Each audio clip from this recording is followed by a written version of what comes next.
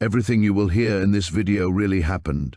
The events, locations, and crimes are real. Some parts may be dramatized, but their content is documented and verified. Some descriptions may be disturbing, as reality and death show no regard for sensitivities. Welcome to Hide the Evidence. The last day of the millennium should have been a quiet one, a final, peaceful breath before the new year began. In the Setegei ward of Tokyo, the streets were hushed, holding the expectant silence of a holiday evening. Homes were warm with the scent of ozone and the soft murmur of families gathered together.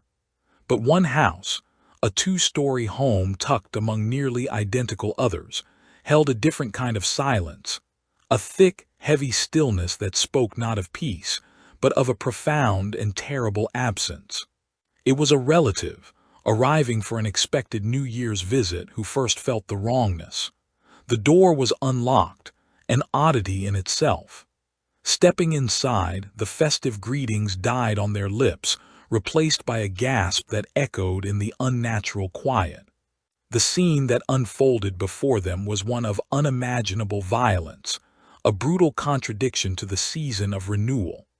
The Miyazawa family, father, mother, and their two young children, lay slain in their own home, victims of a ferocious, slashing attack that had turned their sanctuary into a charnel house. Within minutes, the quiet neighborhood was shattered. The wail of police sirens cut through the calm, drawing curtains aside and bringing nervous residents to their doorsteps. Officers, their faces grim, moved through the home with a deliberate, somber care. The air was thick with the metallic tang of blood, a scent that clung to the back of the throat. The violence was extreme, a storm of rage that had left no one untouched. Yet, amidst the carnage, there were incongruous details that baffled the first responders. A back door stood slightly ajar, unlocked from the inside. Household items were disturbed not in a struggle, but as if someone had rummaged through them with a casual, almost proprietary air. The violation was absolute. This was more than a murder. It was a desecration of the home itself, a concept sacred in Japanese culture. That it had happened on Omisoka, New Year's Eve, a time dedicated to family unity, purification, and hope for the future, lent the tragedy a cruel, cosmic irony. The house, which should have been filled with laughter and the clinking of sake cups, was now a sealed crime scene, its cheerful New Year's decorations a mocking backdrop to the horror within. The very foundations of domestic safety, so deeply relied upon in this orderly community, had been violently torn away, leaving behind a chilling void and the first, faint whispers of a mystery that defied all reason. The forensic team moved through the Miyazawa residence like archivists in a library of violence, their gloved hands and careful steps a stark contrast to the chaos that had preceded them. They expected the usual frustrating paucity of evidence, the ghost-like traces left by a killer who knew enough to vanish without a whisper. But the Setegei house offered something entirely different, something that made seasoned investigators exchange uneasy, bewildered glances.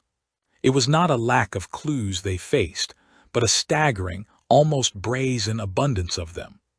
The first major find was a dark sweater, abandoned on the living room floor as if its owner had simply grown too warm. It was not a piece of the family's clothing, a foreign object in the domestic landscape. Nearby, the black powder of fingerprint dust coated door handles, furniture, and even the frame of a child's bedroom door, revealing a map of the killer's movements in whorls and ridges.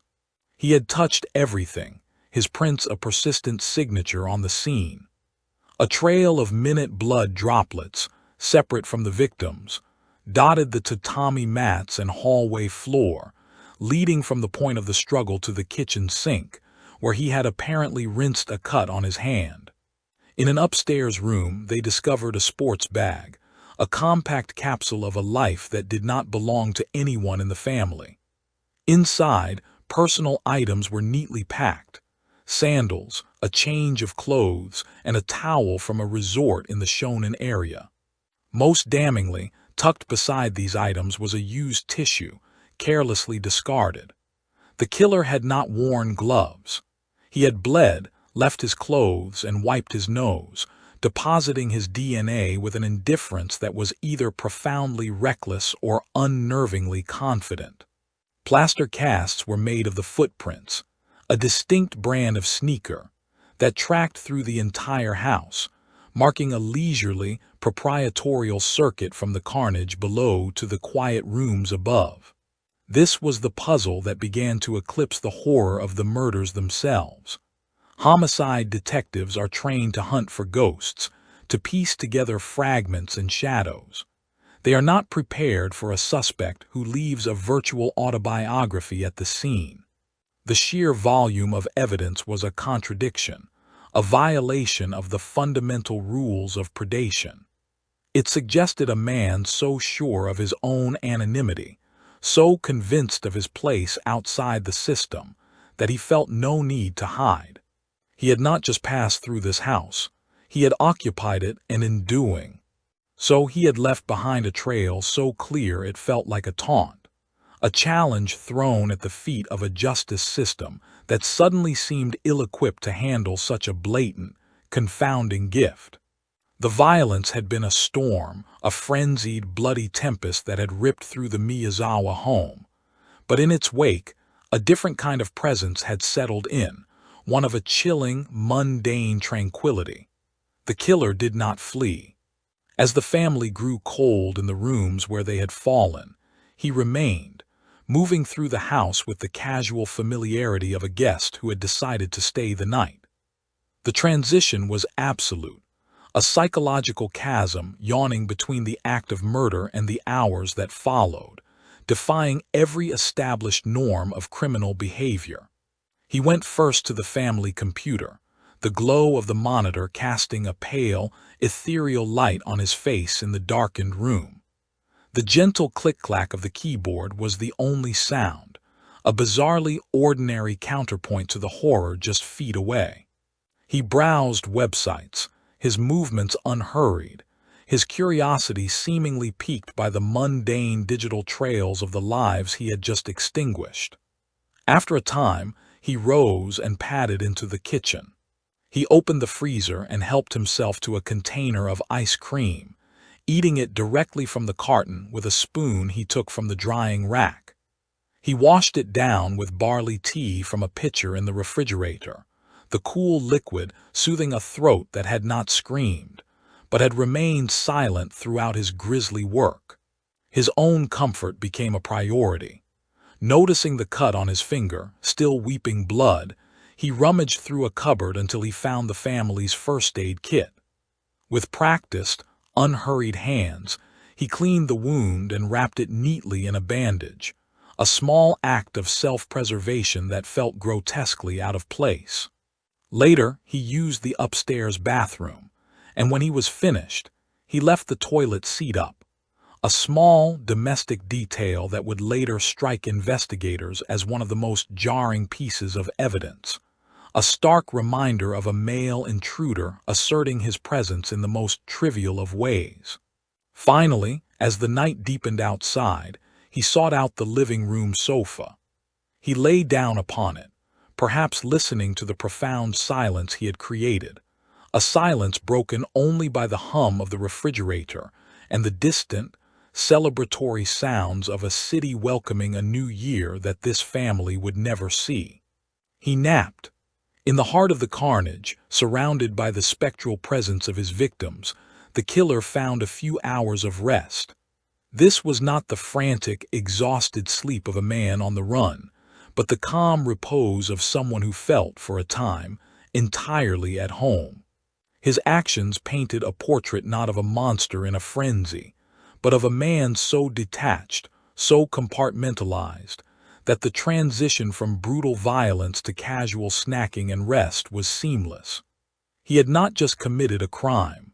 He had moved in, and his unsettling calm in the aftermath became the most terrifying clue of all, a riddle of the human psyche that no criminal profile could adequately explain. The killer had left his biological signature everywhere: on the discarded tissue, the rim of the barley tea glass, the bandage wrapped around his own finger, and the countless surfaces his bare hands had touched.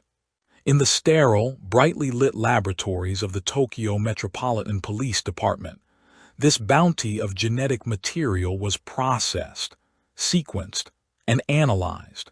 The digital strands of a man's identity unraveled from the physical traces of his presence. The science was precise, the methodology sound, but the answer it yielded was not the clean, clarifying lead the investigators had hoped for. Instead, it presented them with a new, more complex labyrinth. The DNA profile indicated a mix of East Asian and possible European ancestry, a genetic combination uncommon enough in Japan to immediately reframe the entire investigation. The discovery sent a ripple of disquiet through the task force. The suspect was no longer just a phantom in a dark sweater. He was now a man of blurred borders, his heritage straddling continents. The investigation, which had been so intensely focused on the quiet streets of Setagaya and the rhythms of Tokyo life, was suddenly thrust onto a global stage. Databases in South Korea were queried, their vast repositories of genetic information scoured for a match. Requests were sent to Interpol, reaching across Europe and North America, casting a net over dozens of countries where such a mixed heritage would be less remarkable. Each query was a hope, a potential thread that could lead back to the man who had eaten ice cream in a house of the dead. And each response was the same, a polite, automated, or formal negative. No matches, no hits. The trail, so abundant with physical clues, went genetically cold. The genetic complexity that was meant to be the key to the killer's identity had instead become a lock. It introduced a tangle of cross-border jurisdictional issues, diplomatic protocols, and bureaucratic delays that hampered the investigation's momentum. A lead that might have pointed to a single neighborhood in Tokyo now pointed to half the world. Was he a foreign national living in Japan? A tourist who had since vanished into the international flow of people? A dual citizen who could move between identities as easily as he had moved between violence and calm? The mixed heritage widened the suspect pool into an ocean, offering 1,000 new possibilities but not a single, solid answer. The case began to embody a painful paradox of modern forensics.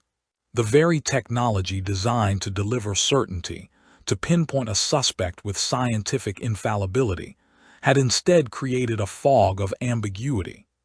The DNA profile was both a gift and a curse, a definitive biological portrait of their quarry, yet one so genetically ambiguous that it obscured his path to justice.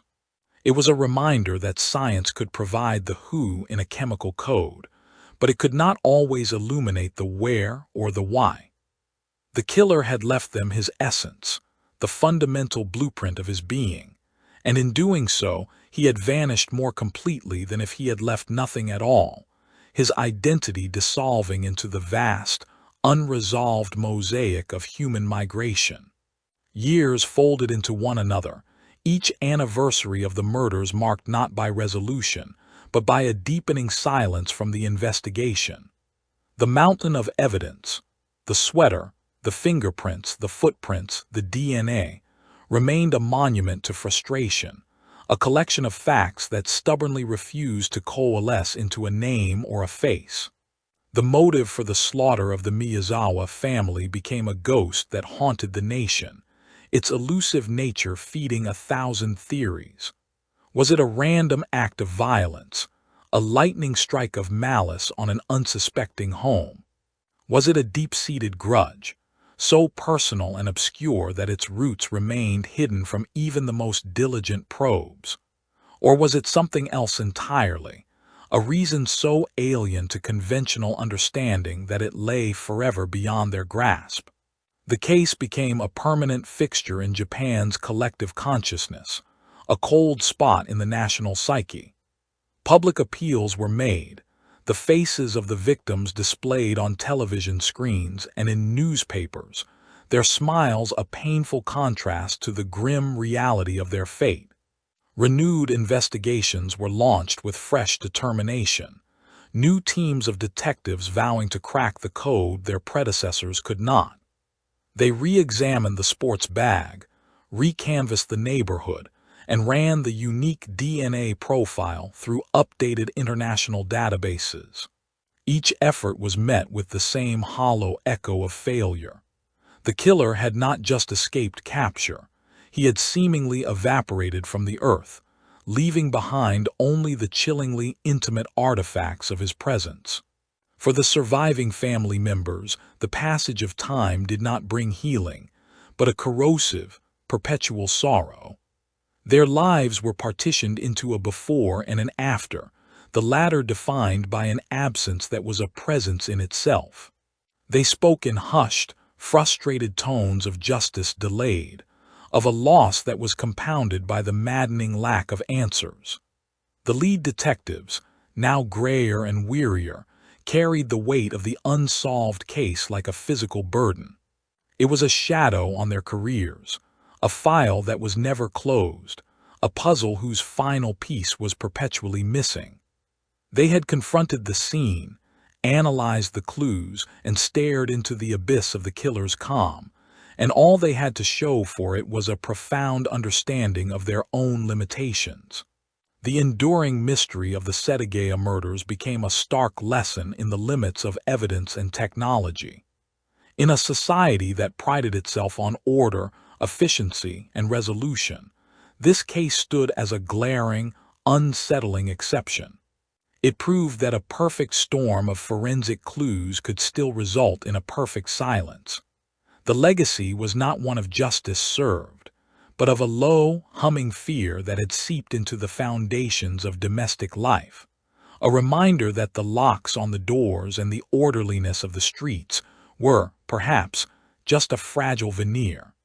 The killer had not only taken 4 lives. He had left behind a nation grappling with a void, a chasm of unanswered questions that refused to close, ensuring that the quiet of that New Year's Eve would resonate for decades, an echo of a violence that was never explained and never